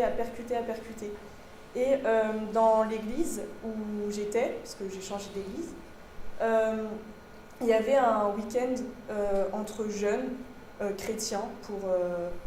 le thème, c'était suivre Jésus. Et moi, j'étais encore dans toute cette phase de questionnement. En fait, je suivais Dieu, mais en même temps, je me disais, mais je comprends pas. En fait, j'ai voulu vraiment comprendre. Et en fait, si on cherche toujours à comprendre, on reste dans nos positions et on grandira jamais dans notre foi. Et donc, je cherchais toujours à comprendre. Et il y a son frère qui était dans cette église-là, et sa belle-sœur, et il me disait, mais si, viens, Pauline, viens. Et moi, je me disais, mais je ne suis pas sûre de vouloir y aller parce que, en parallèle de ça, ma mère n'a pas du tout accepté ma foi et mon petit frère non plus. Et donc c'était des critiques tout le temps. Persécution, on parlait du diable, mais n'importe quoi, qu'est-ce que tu racontes depuis que tu es là, tu excites ces démons, enfin c'était vraiment un rejet complet, on t'a mangé le cerveau, t'es dans une secte, c'est n'importe quoi, Dieu n'existe pas. En fait, j'ai été vraiment persécutée par ma mère, c'était très dur parce que je suis très très proche de ma mère, et donc en fait elle m'a complètement rejetée. Et donc j'étais dans cette phase-là, et il y avait son frère et sa belle-sœur qui me disaient « mais si, viens là ce week-end ». Moi je disais « non, non, j'ai d'autres plans ». Je devais aller en Italie avec une autre partie de ma famille. Je dis « non, non, j'ai d'autres plans, c'est le week-end d'Halloween, j'ai d'autres plans, je veux pas aller à votre week-end ». Je me dis « mais si, même si tu crois pas encore au Seigneur, tu devrais venir ». Et Dieu a fait que je n'ai pas pu aller en Italie, donc j'ai fini à ce week-end-là. Et c'est là que ça m'a frappé une deuxième fois, en fait. J'ai vu, en fait, toutes ces personnes, l'amour de Dieu, en fait, la communion fraternelle, le fait que, ils sont tous chinois, je ne suis pas chinoise. Je me suis dit, mais je suis folle. Quelle personne, normalement constituée, se dit, bon, ça fait 2 mois que je crois au Seigneur, je vais aller dans un camp où il n'y a que des Chinois, alors que je ne suis même pas sûre de croire en Dieu, mais on ne sait jamais, à un endroit où on ne sait même pas s'il y a du réseau. Et comme ma mère n'est pas d'accord avec ma foi, elle n'est même pas au courant où je suis. Donc voilà, donc je me suis dit, bon. Et j'ai laissé Dieu faire. Et Dieu m'a guidée encore une fois. C'est là où on s'est rencontré avec Philippe, qui n'était pas dans cette église-là non plus, et qui devait faire aussi autre chose. Et donc on s'est rencontrés à ce moment-là. Et moi j'ai eu une accélération de la foi, pas grâce à Philippe, mais parce que j'ai voulu chercher en fait. Quand j'ai vu l'accomplissement de Dieu pour les gens, parce qu'on a beaucoup il y a eu beaucoup de témoignages, il y a eu beaucoup de partages durant ce week-end-là, et j'ai voulu chercher en fait. Plus ça allait, plus je voulais chercher, creuser, comprendre, et je sentais en fait que j'étais aimée. Et au fur et à mesure du temps, je stressais plus, j'avais la paix. Une chose que j'avais jamais eue dans ma vie, la paix. Ah mais Pauline, c'est pas grave. Si Dieu le veut, ça se fera. Vous inquiétez pas. Vraiment, c'était la paix générale, la joie, plus aucun problème. Me retrouver comme quand j'étais enfant et encore innocente au final. Et c'était vraiment un bonheur. Et Dieu continue de guider les choses parce que quand il m'a parlé de son appel missionnaire, moi je me suis dit, depuis jeune, je faisais des choses, je œuvrais pour les pauvres, ou j'étais par exemple avec Amnesty, je faisais d'autres choses, mais je ne le faisais pas pour le Seigneur, mais je le faisais, c'est comme si ça avait toujours été dans mon cœur en fait. Et je me disais, mais ça se trouve, je suis appelée à rien. Et je sais pas, tout le monde parle de leur appel, de leur mission, mais moi, je sais pas, je n'ai rien, je comprends pas. Et en fait, là, Dieu m'a guidée également. Il m'a proposé de faire 2 jours où on ne se parle pas du tout et on jeûne chacun de notre côté et on se remet à la prière. Donc pendant 2 jours, moi j'allais quand même au travail parce que je n'avais pas le choix. Mais donc en fait, je me suis vraiment focalisée sur Dieu et je parlais juste avec une amie que j'ai rencontrée à l'église et qui, elle aussi, a suivi le Seigneur quasiment en même temps que moi. Elle a eu une vision, Dieu lui a donné une vision pour moi. Et elle m'a dit, tu vas servir avec les enfants. Elle m'a dit, en fait, j'ai ta vision, j'ai la vision, je peux même te décrire comment tu es habillée, où tu es, comment tu es, de quoi tu es entourée. Et en fait, elle m'a décrit toute cette vision-là. J'étais, waouh, vraiment, en fait, quand elle m'a parlé de cette vision-là, ça m'a parlé au cœur, ça m'a comblé un vide. Je me suis dit, ah donc c'est ça. Mais il faut demander confirmation, bien entendu.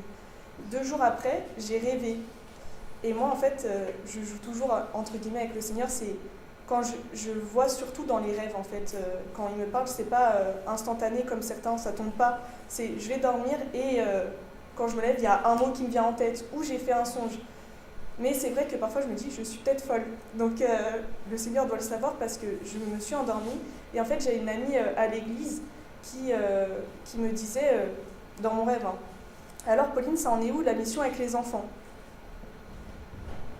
Donc dans mon rêve, elle me dit ça et elle était sûre d'elle. Et je me réveille Et en fait, sur la télé, alors que la télécommande était très loin, sur la télé, il y avait la chaîne africaine.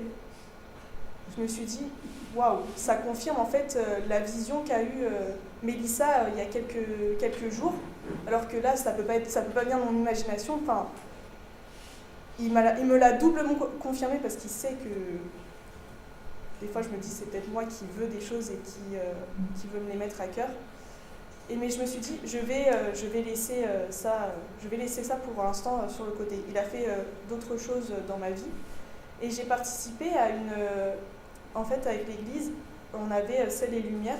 Donc c'était un moment où on a recueilli des boîtes solidaires pour les SDF. Et aussi, on a fait une partie d'évangélisation dans la rue. Et donc, je rencontre un pasteur qui, du coup, ne me connaissait pas du tout. Et on discute, et je faisais le café parce que vous avez vu ma grand-mère, vous voyez qu'elle est débrouillarde, elle m'a transmis ce don. La technique. Exactement.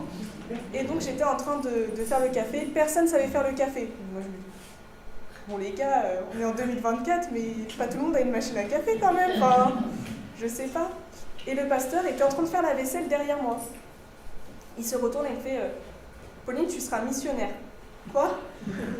Qu'est-ce qu'il me raconte? On s'est dit bonjour il y a 2 minutes, il ne me connaît pas. Il me dit si tu as le caractère, tu es adaptable, tu vas le faire. Je dis ça c'est seulement si Dieu le veut. Et il m'a dit je vais prier pour. Donc je vais faire l'événement qui avait rien à voir avec cette mission-là.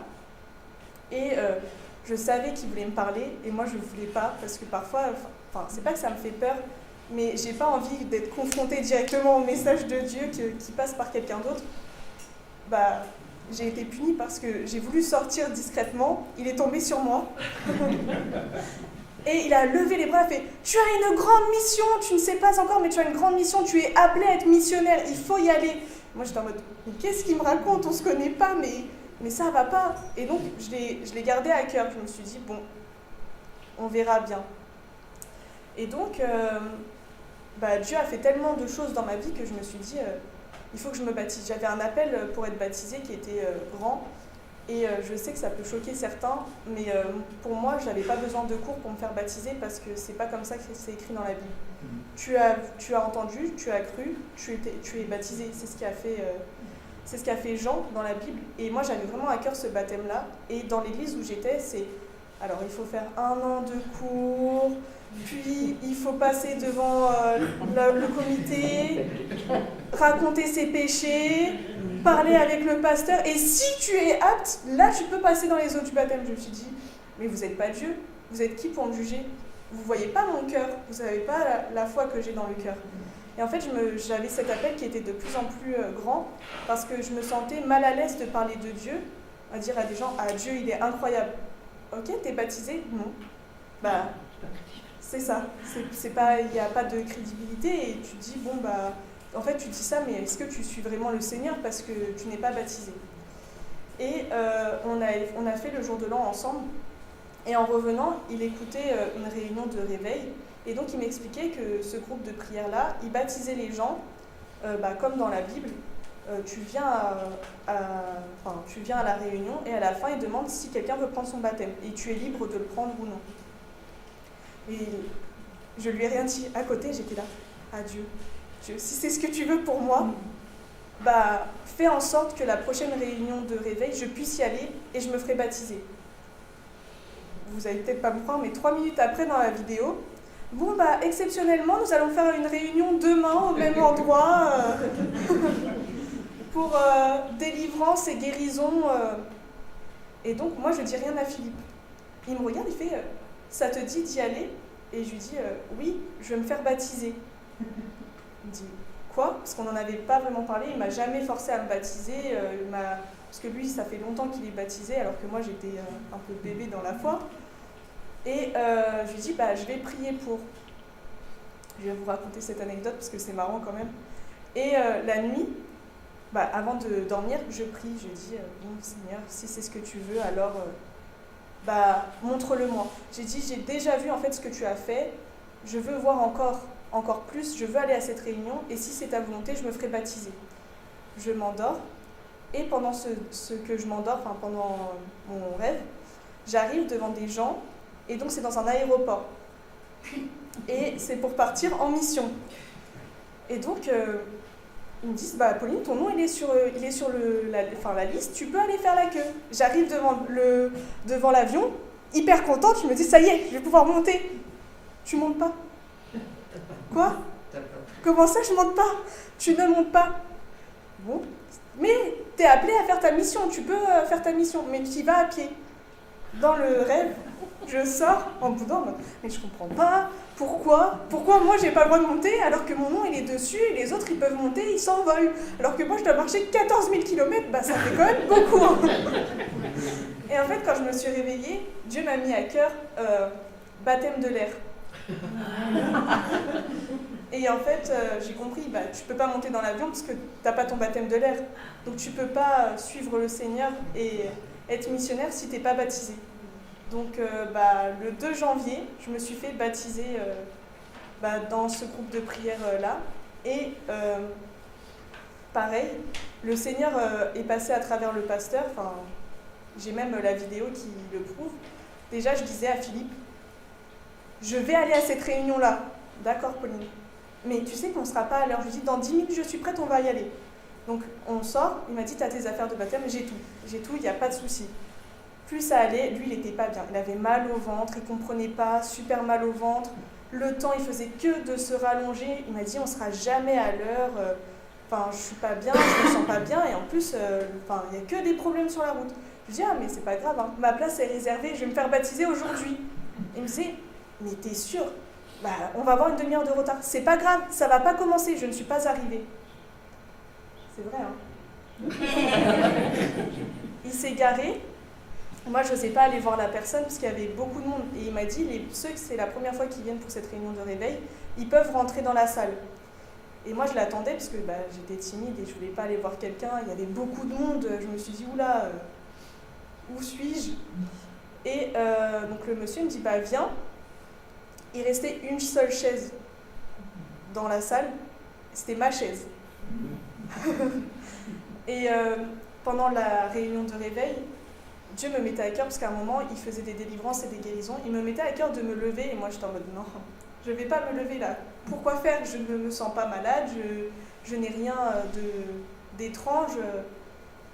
Et Philippe est apparu dans la salle. Je me dis, pourquoi il est là, lui? Il ne doit pas être délivré. Voilà. Il a reçu un message de Dieu. Et au même moment, en fait, ils ont dit, qui veut se faire baptiser? Donc moi, j'ai fait, moi, je veux me faire baptiser, moi, je veux.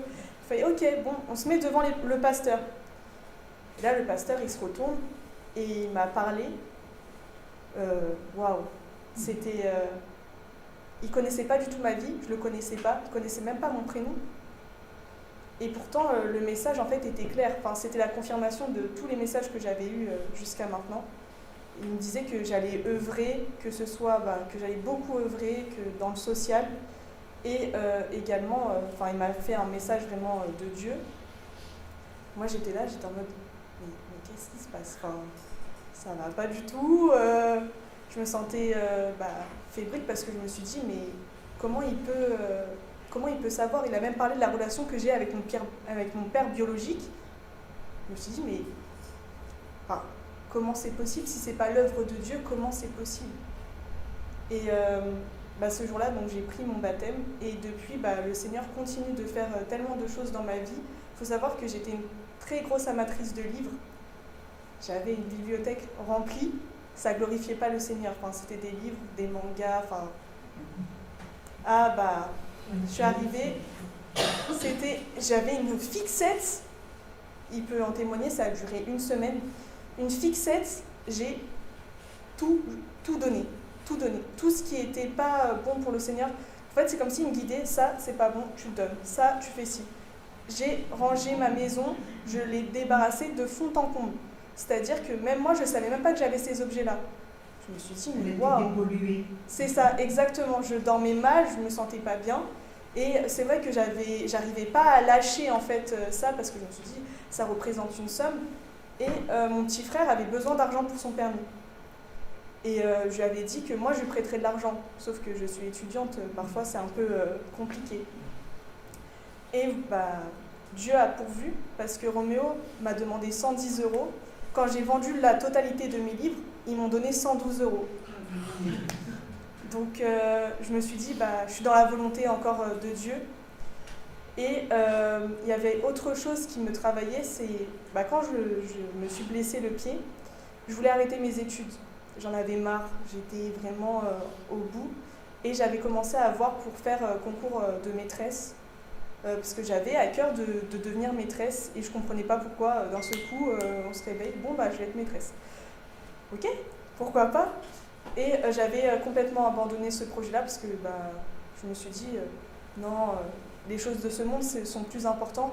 Étant donné que j'avais une vie difficile, j'étais très attachée à il faut avoir du succès. Si j'ai pas un bon travail, j'aurai pas d'argent, je vais rester dans ce que j'ai eu.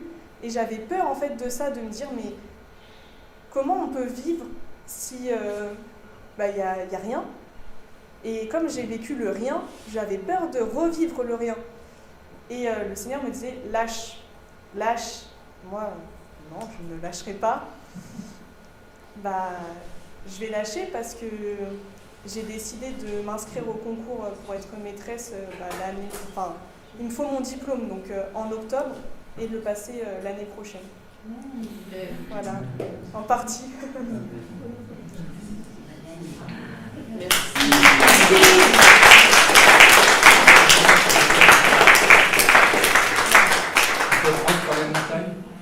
Je croyais que tu n'avais pas le même talent, mais je crois que Oui. le talent est très similaire. C'est exactement ce que j'allais dire.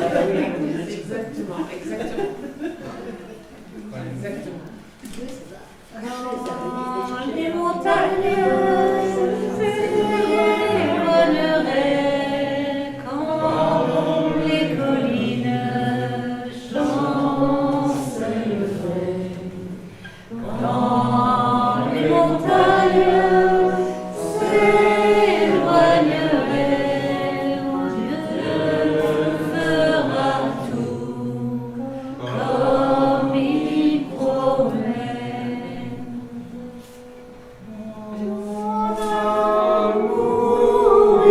Mon amour ne s'éloignera pas de toi.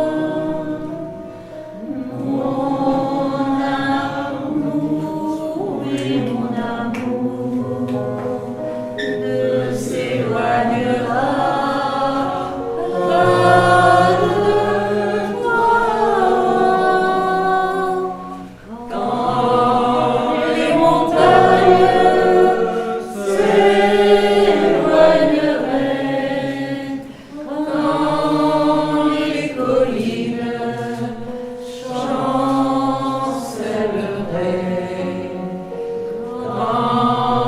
les montagnes s'éloigneraient, oh Dieu fera tout comme il promet. Amen.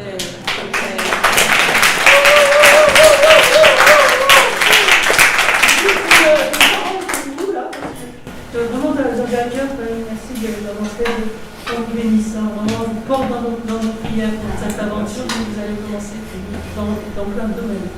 Amen. Le Seigneur, ton Dieu, est avec toi. Il est fort et t'assure la victoire. Il rayonne de bonheur à cause de toi. Amen. Son amour te donne une vie nouvelle. Alors allez-y, foncez. Amen. Allez-y. Dans Sophonie. Sophonie 3. Alors merci Seigneur pour ce couple et ce témoignage. Merci beaucoup, grand-mère, d'avoir fait un canal fabuleux.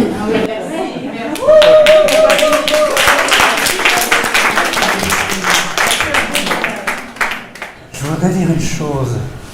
Je vous remercie d'abord d'être venu, de nous avoir apporté tout ce que vous avez apporté. Et pour confirmer déjà ce que vous venez de nous dire tous les deux, j'avais à cœur aussi de partager chez le monde, dans le monde juif, après la Shoah, quand ceux qui sont rentrés, ce qu'ils racontent tous, nous avions à cœur de parler, à cœur de partager. Et on nous disait, et on redit à chaque fois au peuple juif, partagez, racontez. Racontez, le monde a besoin que vous racontiez. Oui. Et c'est exactement ce que vous vivez. Et je crois que c'est essentiel, raconter. Pour vous, parce que ça vous donne des points de repère, d'une part, mais aussi parce que le monde a besoin de témoins, et vous êtes ces témoins. Amen. Amen.